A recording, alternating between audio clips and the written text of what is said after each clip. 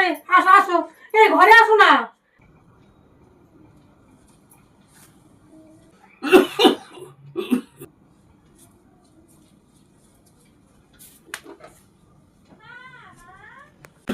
এই কি করছো?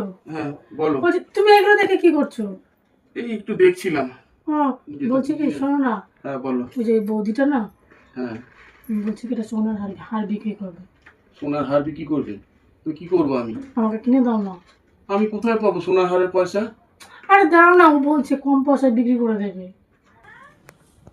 আরে সে তো ঠিক আছে, কিন্তু আমি কোথায় পাবো বলো? শোনো, তুমি যে 1 লাখ টাকা পয়সা তুললে সেটা হ্যাঁ। দিয়ে কিনে দাও না। আরে ওইটা তো আমি অপারেশন করার জন্য কত কষ্ট আরে, করে পয়সাটা জোগাড় ও করেছি। বলছে তো কম পয়সায় দিয়ে দেবে। তুমি গয়নাগুলো কেন বিক্রি করে দেবে? দাদা, আমার স্বামী হসপিটালে ভর্তি, তার অনেক টাকা লাগবে। আমার কাছে তো টাকা পয়সা কিছুই নেই, শুধু এই গয়নাটাই আছে। আপনি যদি নেন আমার খুব ভালো হবে। ঠিক আছে ঠিক আছে, তুমি বসো বসো। তাহলে এক কাজ করো, ওই অপারেশনে যে 1 লাখ টাকাটা রয়েছে ওই আলমারিতেই আছে, তাহলে দেখো কত দাম হয়, তুমি কিনে নাও। হ্যাঁ, আমি নয় কদিন পরে অপারেশন করবো। দেখি কি বলে।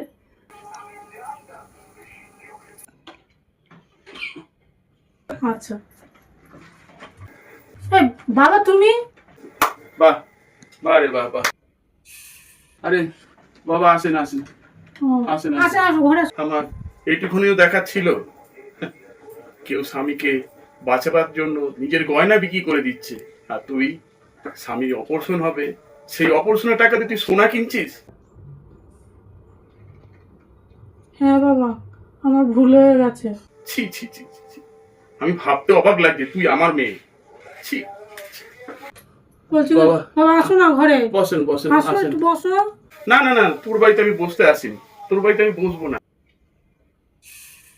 যেদিন আমি বুঝবো তুই ভালো, তবে আমি তোর বাড়িতে আসবো, আর কোনোদিনও তোর বাড়িতে আমি আসবো না। ছি ছি ছি ছি। আসো না।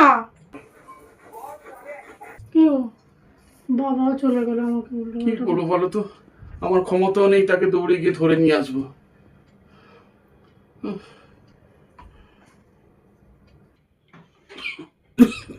কি বলছি কি, আমার না ভুল হয়ে গেছে।